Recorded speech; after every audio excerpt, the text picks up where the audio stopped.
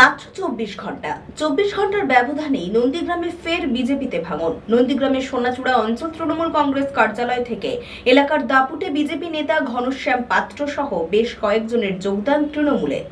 24 ঘন্টার ব্যবধানে নন্দীগ্রামে ফের বিজেপিতে ভাঙন। বুধবার রাতে নন্দীগ্রামের সোনাচূড়া অঞ্চল তৃণমূল কংগ্রেস কার্যালয় থেকে এলাকার দাপুটে বিজেপি নেতা ঘনশ্যাম পাত্র সহ বেশ কয়েকজন তৃণমূলে যোগদান করেন। তমলুক সাংগঠনিক জেলা তৃণমূলের সাধারণ সম্পাদক জয়দেব দাসের হাত ধরে এদিন যোগদান হয়। মঙ্গলবার নন্দীগ্রাম ২ নম্বর ব্লকের জেলা সভাপতি সুজিত রায়ের হাত ধরে বিজেপি থেকে তৃণমূলে বিপুল যোগদান হয়। এর ঠিক 24 ঘন্টার ব্যবধানেই আবারও নন্দীগ্রাম ১ নম্বর ব্লকে বিজেপিতে ভাঙন। বিজেপি ছাড়লাম এই জন্য, যিনার জমিদারিতে তৃণমূল কংগ্রেসের থেকেও মানুষের ভোট বন্ধ, প্রার্থী প্রত্যাহার এইসব ধমক দেখিয়েছিলেন, তিনি আজ বিজেপিতে এসে ঠিক একই কায়দায় এই কালিচনপুর সমবায় সমিতির দুটো প্রার্থীকে বাধ্য করিয়েছে উইথড্র করতে, যার পর এটাকে আমি ঘৃণা করি, ধিক্কার জানাই। এই সিপিএম এবং তৃণমূল প্রার্থীকে বাধ্য করিয়েছে, তাদের জীবনহানি হুমকি দিয়ে তাদেরকে উইথড্র করেছে, তাদের প্রার্থীপত্র প্রত্যাহার করেছে। এই জন্য আমি ওই দল পরিত্যাগ করে আমি তৃণমূল কংগ্রেসে যোগ দিলাম। সোনাচূড়ার মানুষ বিজেপির উপরে আস্থা রেখেছিল।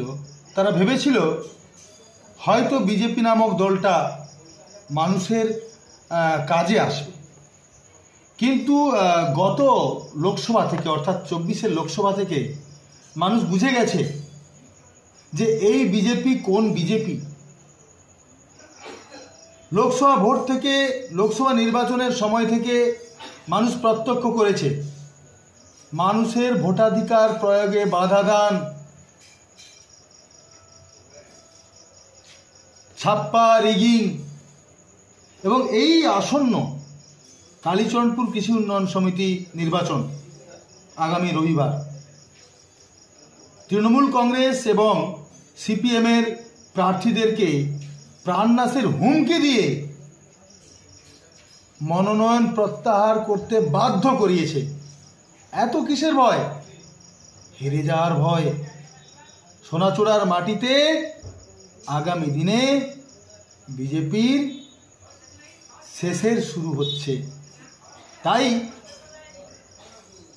আজকে শুধুমাত্র এই ঘনশ্যাম বাবু নয়, ঘনশ্যাম বাবুর মতো আরও অনেক মানুষ, বামপন্থী মানসিকতা সম্পন্ন মানুষ, তারা এই সংস্কৃতিকে মেনে না নিয়ে প্রতিবাদ করে আমাদের দিদির হাতকে আরও শক্ত করার জন্য তৃণমূল কংগ্রেসে যোগদান করলেন।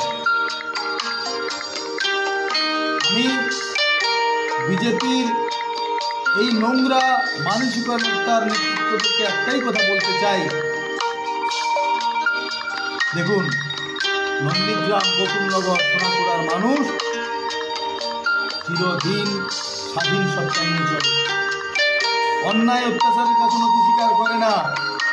তাই এই মাটির মানুষ আপনাদেরকে বুঝিয়ে দেবে এই মাটিতে আপনাদের স্থায়িত্ব আর কতটুকু সময় রয়েছে।